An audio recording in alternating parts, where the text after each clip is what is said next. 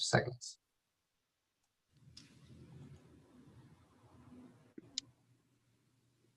Okay, good afternoon to the audience of Design the Future in its second series. Today we are going to speak about landscaping and we have some fine guests with us as usual, starting from Livia Tani, working for Atelier Jean Nouvel in their Rome office. Martin van der Voorde from I hope the spelling is correct, from West 8 in Brussels. Of course, a landscaping firm based worldwide with the headquarters in Amsterdam. And then we have Din Skira of Skira Lighting Design from Pula, Croatia, also very much involved from the lighting side in a lot of many projects where landscape is a fusion of landscaping and lighting effects. So I would like to start just to break the ice, and I would start as a perfect gentleman with Olivia to ask when we speak about urban landscaping. You know, I'll do a statement. So urban landscape architects should be shaping the future of our cities. What do you think about this statement? How do you see this related to this subject? Well, I think that landscape design, more than other disciplines today, is in a prominent position because it has a sort of specific set of tools that can address a lot of the challenges that we're facing in the world today from an environmental point of view, for a focus on a healthier lifestyle and well-being. And I think that, you know, the key word here is integration, where urban planning, landscape, architecture, and infrastructure should be conceived and worked in a unison way. And especially infrastructure. I think mobility has finally started to change in a cleaner and more sustainable way. And the infrastructure in the urban environment hasn't necessarily kept up yet. So I think if the sort of the disciplines are conceived together, that would be possibly a way to do better and to shape the sort of moving forward urban environment.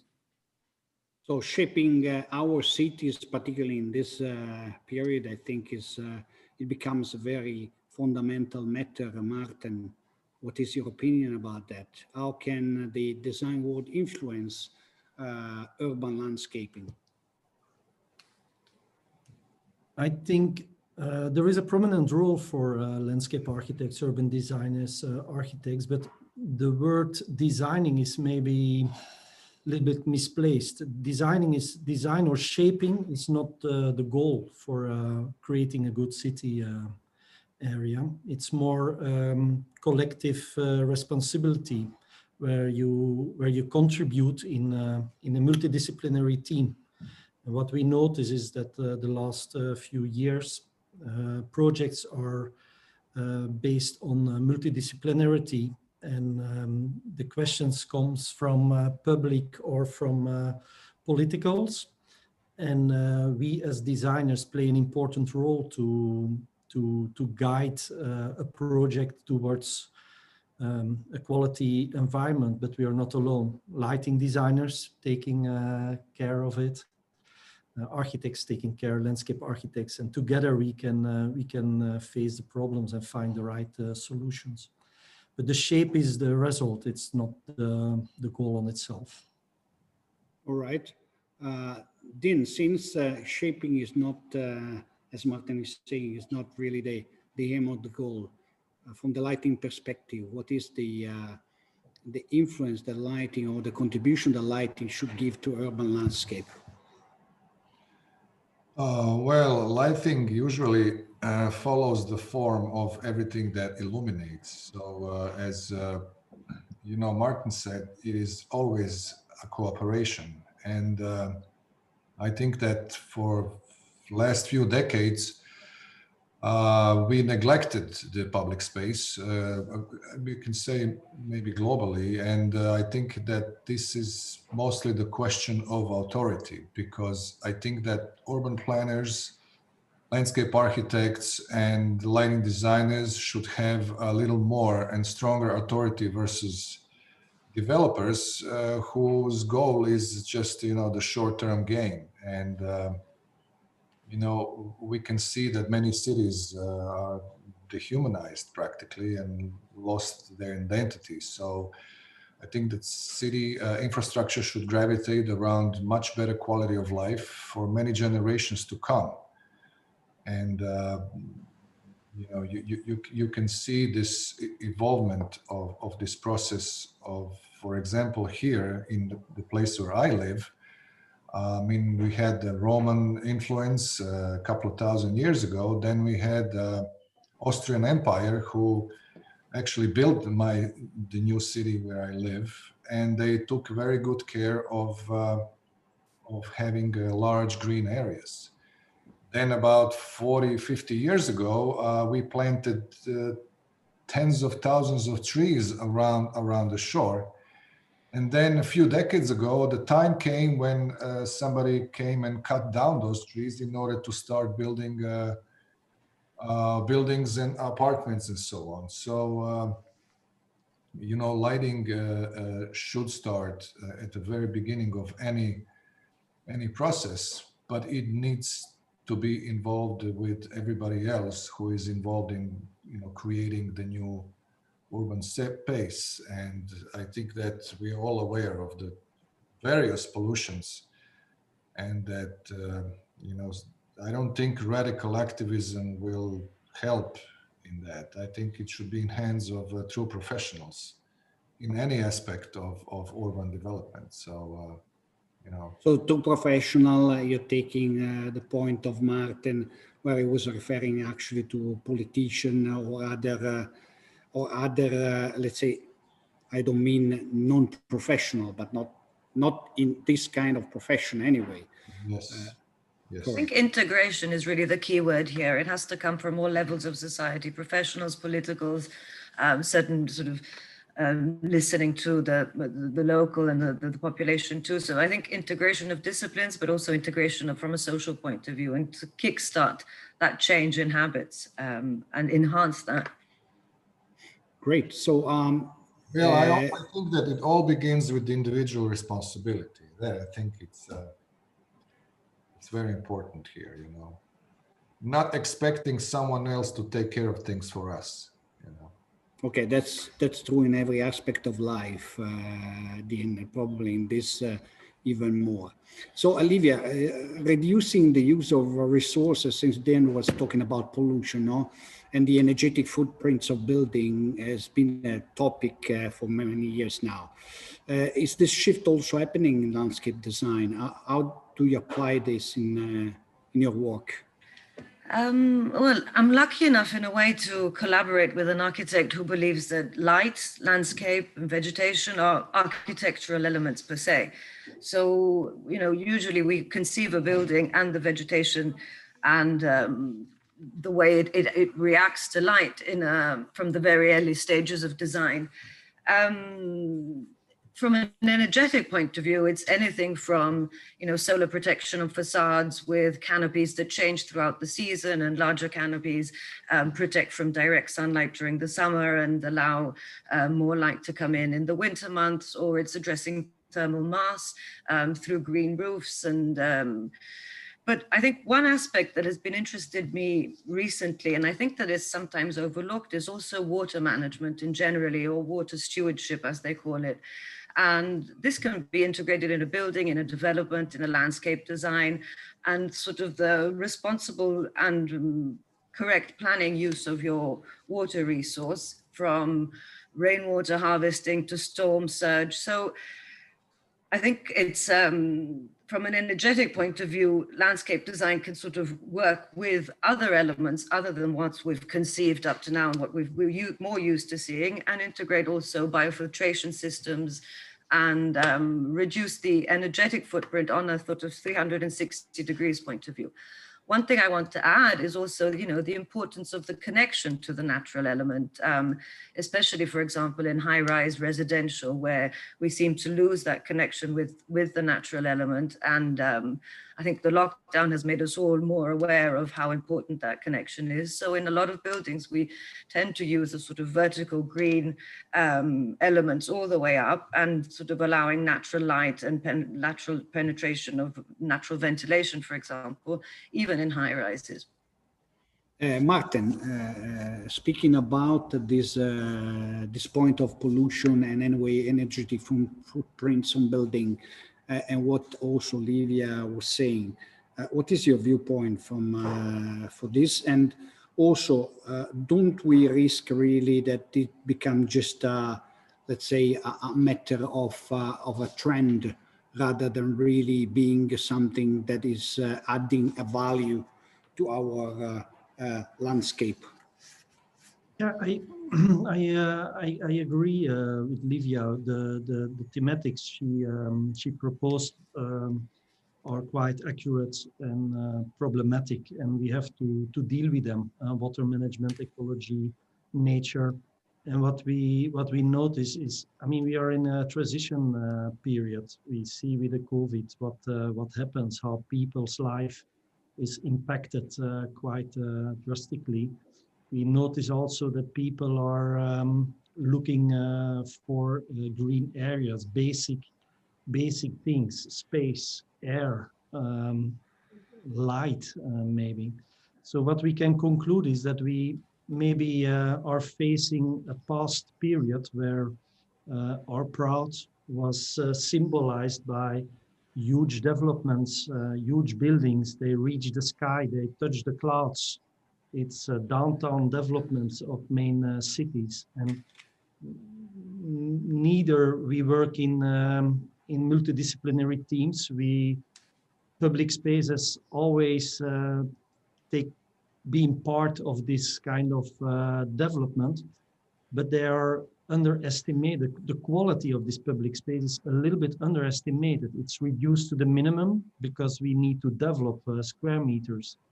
And this kind of positivism of creating huge cities and densities and new neighborhoods, we see that we touched the limits of the right balance. And what Livia was saying, the relation with nature is something that there is a really demand. And we start with integrating nature in buildings, on rooftops. So the spaces that are left over, they are totally now transformed to natural and ecology. And I think we have to go to and even maybe change the balance between what we build and what we are not building to create this kind of basic quality of space, of light, of air, of nature, the basic nature. Connection. Then, do you have anything to add to Livia and Martin? And then I will have a question especially specifically for you. Yeah, I think that when we talk about reducing resources, energy footprint in the cities, in my particular case, I have to admit that the basic principle of public lighting actually hasn't been changed since 19th century. And you know, the lighting for vehicles is one of the first areas to consider when discussing the future urban nightscape, because there are certain methodologies that we developed here in the house that address that issue, and I am very concentrated on developing a system that would potentially change that, because we have a very difficult task actually between improving the urban image and creating at the same time the economic benefit and visual benefit for the people, and then at the same time consider the environmental impact in all this. I mean, that is a quite difficult task because we, no matter what we do, we are going to create some kind of impact on the environment. But I believe that people are also part of the environment. We can't take people out of the equation. 75% of humanity is going to live in the cities by 2050, and you know, how is this, how are this so many, you know, people and the infrastructure going to support such a huge impact? And, you know, in lighting design, for example, the very hot topic of light pollution is another problem caused by, you know, inefficient, unappealing, and, you know, unnecessary too often use of light. But, you know, how do you find the balance between, you know, what the person in the city needs and what is going to be the environmental impact? I think that we definitely have the means and the technology that will, you know, allow us to change that dramatically. It's just a question of the authority. This is what I've been saying at the beginning. You know, if the politician decides, I don't think we're going to go very far in that. You know. So compromise, it's a must at the end, even if in a project compromising is not really a very good way of approaching the project. Well, the thing is that, you know, when we started using space during the night, now I'm talking about the electric lighting and use of electric lighting, you know, it used to be fire, then it was gas, then it was incandescent bulb, then it was, you know, all kinds of different technologies. Now we are in LEDs, but basically we are illuminating the space during the night. You know, the biggest problem is that usually we are illuminating the space even if there is nobody there. And, you know, we are kind of, we are too much linked to the norms and regulations of illuminating the surface of the street. But there are so many, you know, different and complex aspects of lighting which should be taken into account when lighting up the city, that are unfortunately quite often not on the table. So, Okay. I have a question for Livia and Martin, then we'll go back to a question for Dean. We start from Livia. A lot is moving on urban agriculture and even on self-sustainable neighborhood. So did you apply this on your projects yet, or something on the pipeline, or is something that you're still thinking about? Or well, I think the sort of connecting to what Dean just said, there are two things. On one way, we have to sort of generally on a global scale, reduce farmland, reduce the impact of what we're building. So we forgot maybe to mention that before, but the most ecological way, certainly from a sort of European perspective, is also readaptive use of buildings that are already there and how we can sort of retrofit them and make them more ecologically sort of sustainable to work within the already built urban environment. From the farming point of view, I think it's more a sort of a model like the high-tech farms, the agriculture high-tech farms they have in the Netherlands, for example, more than the sort of romantic image we see in so many renders today where the community is actually harvesting their own produce. But I think going back to statistics, if it's sort of the post-pandemic world has shown that maybe smaller communities and sort of self-sustaining smaller communities could be a possible answer. And I think more than actually depending on their own produce in the sense of agriculture, it's also important to sort of kickstart a social spark that allows that community to be self-sustained from a sort of jobs point of view, from an economic point of view.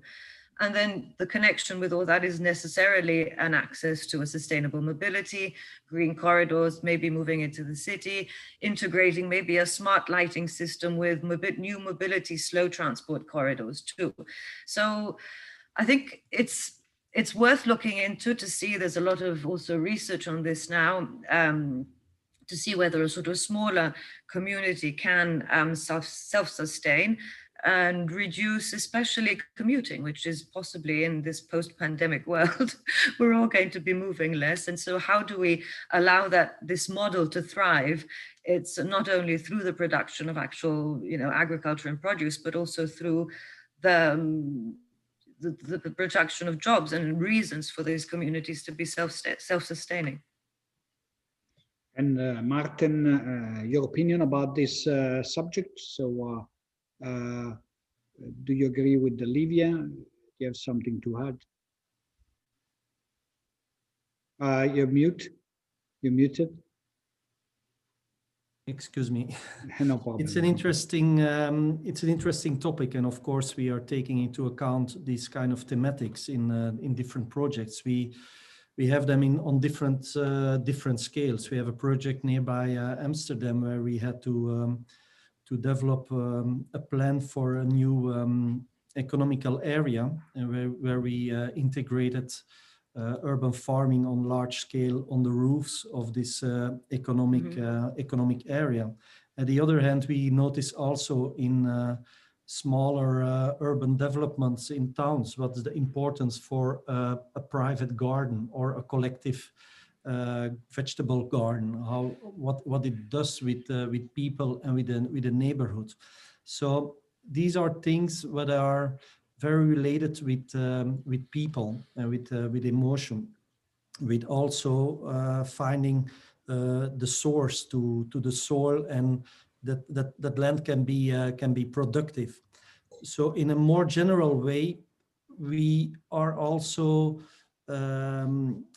we take care of not following too much also trends, and this is almost touching a kind of hype, and what we are more facing is that we try to generate or create urban plans what are where multifunctional use is integrated, where multifunctional use of space, where we can superpose functions, where we have a more durable approach about how dealing with the built space and how dealing with the unbuilt space. And therefore, the function can be agriculture or farming, but also something else. Sport activities on rooftops are even same important than urban farming.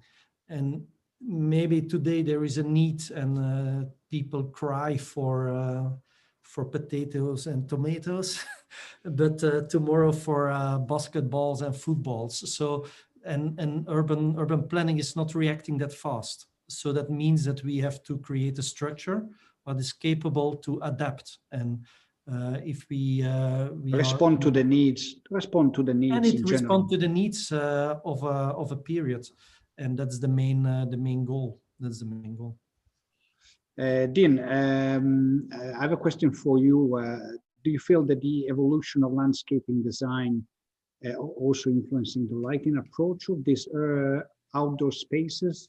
And we receive a lot of questions through the chat about this. In particular, there are questions about what are the current trend in landscape design for lighting, and then very specific question like asking, is there a type of light for different type of leaves?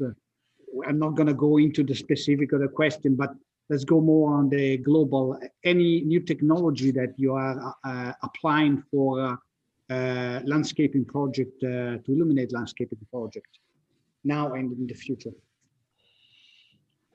Well, I think that initially it's very important to understand that light is invisible, but it does have a very strong influence on anything that is alive, including plants, trees, or human beings. And also it's important to understand that human beings, they haven't biologically changed much in the last several thousand years. And we all have practically the same basic need, and we need light in order to see during the night. As far as technology goes, yes, it changed a lot. Technology has, I'm going to say improved with very carefully improved. Because, between brackets.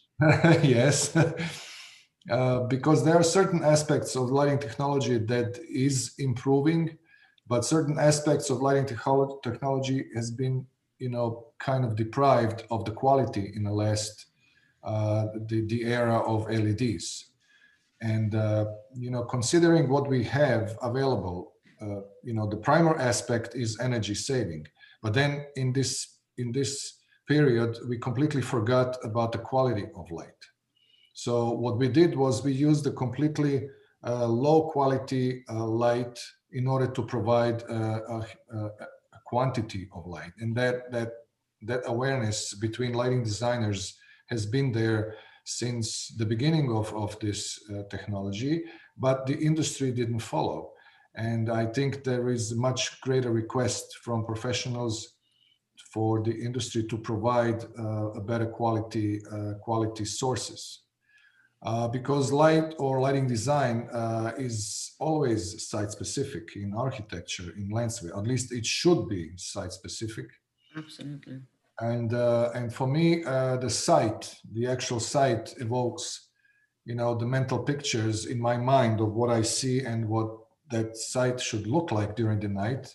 And in landscape is something that I enjoy very much because it is more theatrical approach, actually, because you can't simply use a software and calculate what is this light going to look like in a landscape environment, because the landscape environment is very organic and unpredictable, and especially it changes during the years. So, also, it's kind of genius loci that brings those ideas of the specific site. So also, regardless of the trends and tendencies and the colorful ideas that came out in the recent few years, when we turn on the blue light and the green and the red and all kinds of different colors on the landscape, it is the color issue. I think it's a little bit overdone. So in the future of lighting, I think, and in a very distant future, I think we all going to need pretty much the same thing. And the lighting should be dynamic and should be adaptable, and it shouldn't be perceived as a light fitting mounted somewhere in the ground or on the pole. We need to start thinking about lighting as a network, as a dynamic, intelligent grid that doesn't consider only dimming or only color temperature, which we usually take in consideration, or color rendering, or the influence of the certain spectrum to certain plants during a certain time of the night, but there is overall a holistic approach that needs to be taken into account, and we call that a human-centric, and it doesn't necessarily has to be only in the interior, but definitely in the exterior. Also in landscaping. Yes. Lydia, I saw that you were agreeing to some point of DIN. I would like to extend the question also related to other subject, not purely lighting. Is there new technologies that you are implementing in your landscaping project, or that you would like to implement in the future? I was particularly nodding when Dean mentioned site-specific, which is something that I possibly forgot to mention earlier. And specific, one sort of site-specific, it's not only about the site, but it's also about the culture and the sort of local approaches that that particular geographical region has. What you do in Singapore can't be the same in the Gulf, and it can't necessarily be the same in a Northern European environment.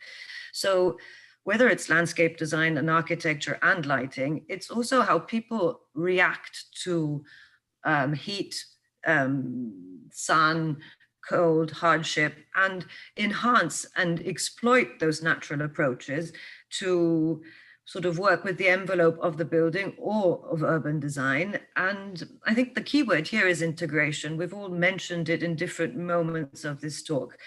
And moving forward, I mean, in lighting too, I'm imagining a sort of smart lighting system. Dean was saying sometimes we're lighting spaces when there's nobody there. Maybe there could be a way of a smart lighting system that reacts and helps us on, I don't know, the quality of air.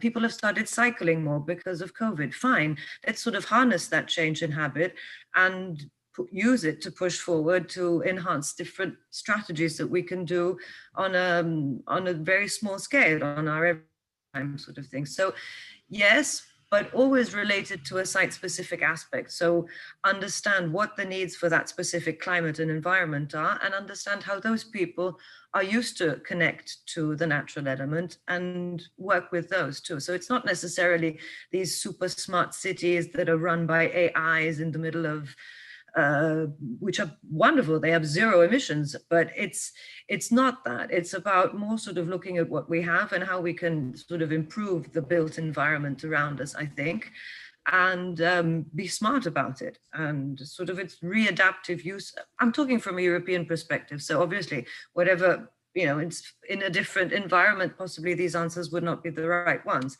But I think in Europe, we sort of really should look at not consuming more land and not consuming more sort of urban fabric, and work on redeveloping what we have in a sort of smarter way, integrating slow mobility, integrating smart lighting, integrating improving air quality, and just on a general scale, look back at us instead of always looking out. Okay, continue on a vernacular approach to the project is part of that. Contemporary vernacular, if you like, but certainly not vernacular. Okay, Martin, so I'll leave it to you, you know, to wrap up this point. You noticed, as people and light designer or as architects, we have an engineer side, and it means that we want to control everything. We want to control society. We want to control the public space. We want to control the light. We are fighting and looking for smart cities and how to use energy on the best way, and lighting at the best spot on the best day of time. So this is very intriguing when we are in this kind of profession. And what we notice is that if you take this part of engineering, we came to a total control, and maybe this total control leads to spaces where you have 100% equality and a good spread and not too much lumen, maybe better no glare, and yeah, light, artificial light what comes to daylight. So even better 3000 Kelvin and then 2700 Kelvin. And we are, as engineer, we can all arrange this. We can control it. We have the sources, we have the LEDs, we have the power, we can control. But what do we create as kind of space at the end? And there we see that maybe we miss emotion, we miss sensibility.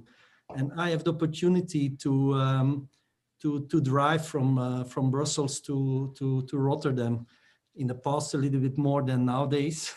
And I'm crossing this Zeeland, so a low area, and we notice, you can notice the sky and the clouds that are interacting with the sunlight. And there you have to say that, yeah, this kind of experience, it's quite difficult for us as engineer to create. And if you see that these kind of Dutch clouds inspired artists in the past, like Vermeer and Rembrandt, that the clair obscur is created or based on this kind of impression, then I think this is what light and landscape interact. And this is what landscape can be. I mean, in landscape, you can have this kind of impression of light, and we can deal with it, and we have to respect this kind of main goal of sentiment. And we can add a few elements for safety and regulation and this kind of thing, but we don't have to expose too much to the engineering side. And we have to think that we can leave space for for the poetic way, how light can be and can change. So in that case, if light is there, it's good, but it's not present. If light is not there, we notice it's not there. And that makes it an interesting balance to find the right balance between what we artificial add on the public space and on the nature and what we take. And that's for us a very interesting balance.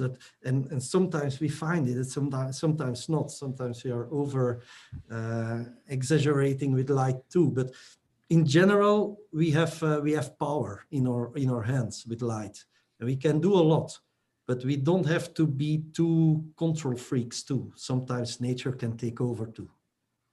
I like this. Let me refer to this. Yes, actually, today we have a very active audience that they keep sending questions. Actually, I link to this because there is a question that is actually related to this. How can we bring lighting early in the process of landscape design? So I think you could link these two subjects. Maybe. Yeah, but first I would like I can talk about this all day. I mean, I really like this control topic here. That yes, I mean we can, you know, we like to control because we believe that we are doing this as a just cause. You know, because we believe that we are doing something good for people. It's not something we're doing only for ourselves, but for everybody. That's why. You know what you just mentioned, the dark part. You know, we in our methodology of defining the lighting system for the large areas is something that we call the secret space. You know, the secret space which doesn't have any light, or it's defined only by light, but somewhere where you can hide. So the good balance between light and dark and that dramatic theatrical approach that I was talking about before is something that is the right way of doing it, because if we have light everywhere, we're not going to notice it. Even if we are happy every day, all day, we're not going to know that we are happy, because you need to be sad sometimes in order to understand that you are happy. So there was that beautiful book In Praise of Shadows. Yes. Tanizaki. So, you know, I think I keep repeating this sentence over and over in every single one of my lectures, and it is the one by Ayn Rand when she said that we can avoid. We can. I forgot how she said it, but basically, you know, we can avoid responsibility in what we do, but we will never be able to avoid the consequence of our actions, because sooner or later they're going to catch up with us. So you know, that is linked to the control question that you just said, that we want everything to control. Well, I think it's not bad that we control if we want to control in a good way. You know? So can you repeat the question, Danilo? Yeah, the question was how can we bring lighting early in the process of landscape design? I think you do in your project very frequently. Well, so for you, it's quite an obvious question. Is that question asked by a lighting designer or by a landscape designer? I can tell you. Let me check. It's from a lighting designer from the Netherlands. Well, I guess you should talk to the landscape architect at the very early stage, and that's how you get involved. So it goes in circle then. Yeah, lighting design should start in a napkin. You know, from when the landscape designer starts sketching, that's where the lighting designer should sit next to him and say, "Oh, this is a big tree, a small tree, and this and that." And that's the right way, because if you really want to use the word design in lighting and in landscape, you know, there are so many structural details that you need to consider in advance if you want this lighting to be really well integrated within the landscape. And same goes for the interior lighting also, of course. So Yeah, but in the interior, we can define this in a statement like to consider light as a building material, no? So to consider lighting from the very early stage. But how do we apply this to a landscape project? But Well, it's the same. We integrate we integrate light, the topic light. It's part of the basic principles of creating outdoor spaces.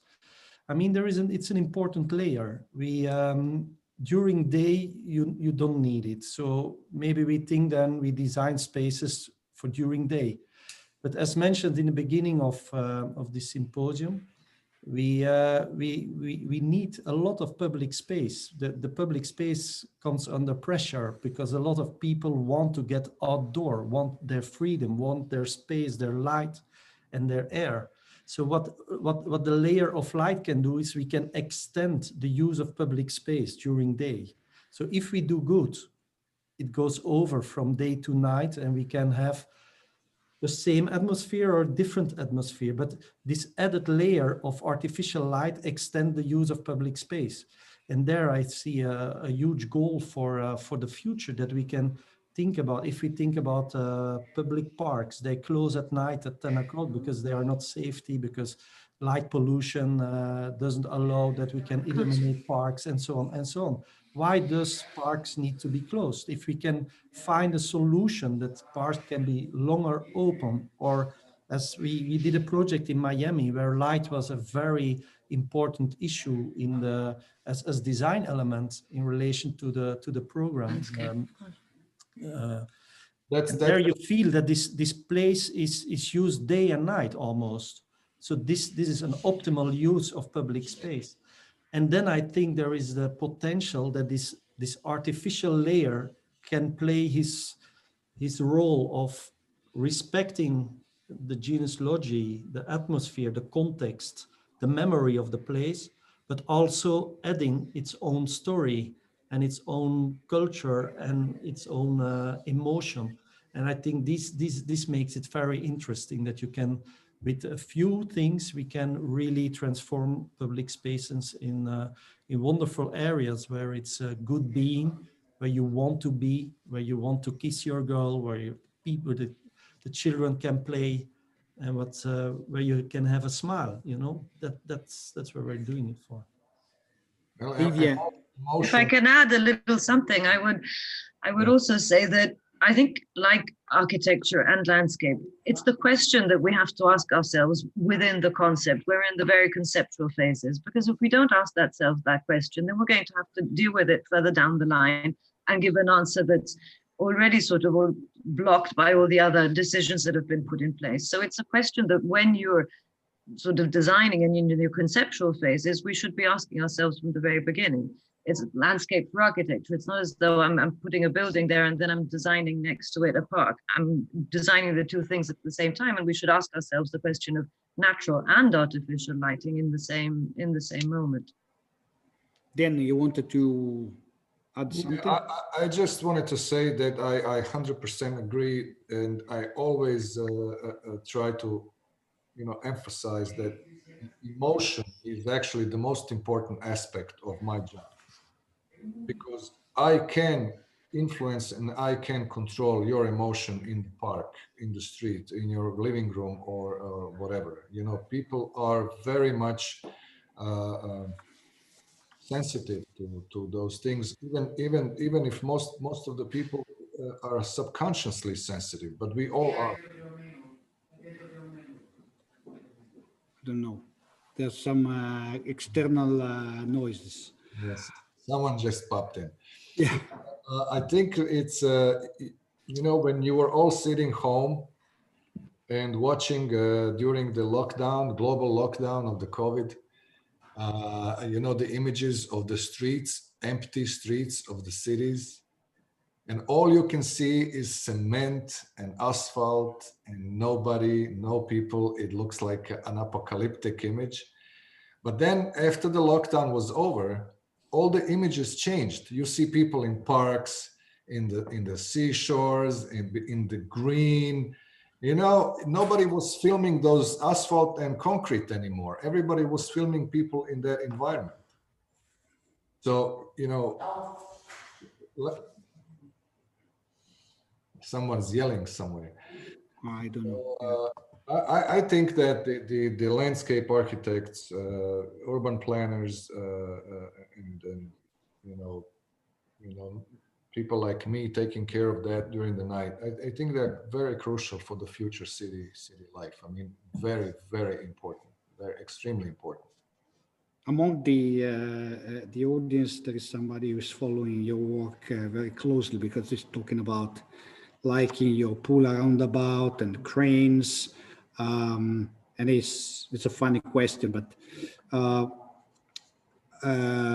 do you think you could do the same in a different country with people of a different culture? You're saying, for example, with these difficult, stubborn Germans. He's German, actually, so the question is... I don't know. As I said, I can't repeat the same project twice. I mean, it's not.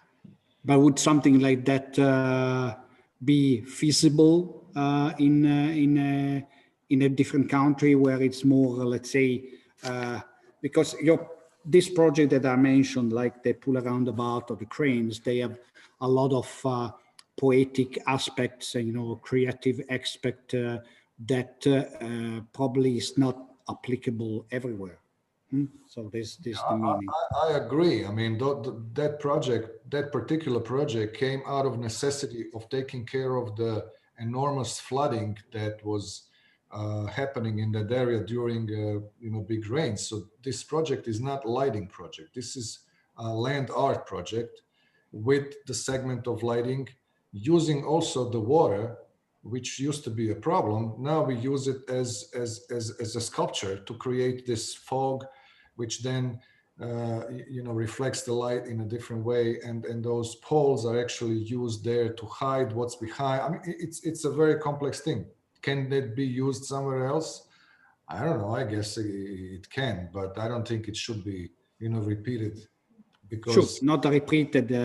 But of course, for those who don't know this project, maybe they can go on your website and have a look, because it's extremely interesting. So that was multidisciplinary. I mean, I wasn't by myself. My friends, architects and landscape architects. I mean, there was, a team that actually came up with this project at the end. I mean, I didn't do this by myself. Sure. Livia, I will ask you, just as a wrap up, of this conversation, is there a specific type of location of project that you like to work on in the future?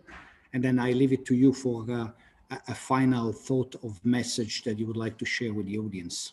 And then I'll do the same with I was worried about being too poetic on this discussion, but I see my male colleagues have been much more poetic than I have, so that's beautiful.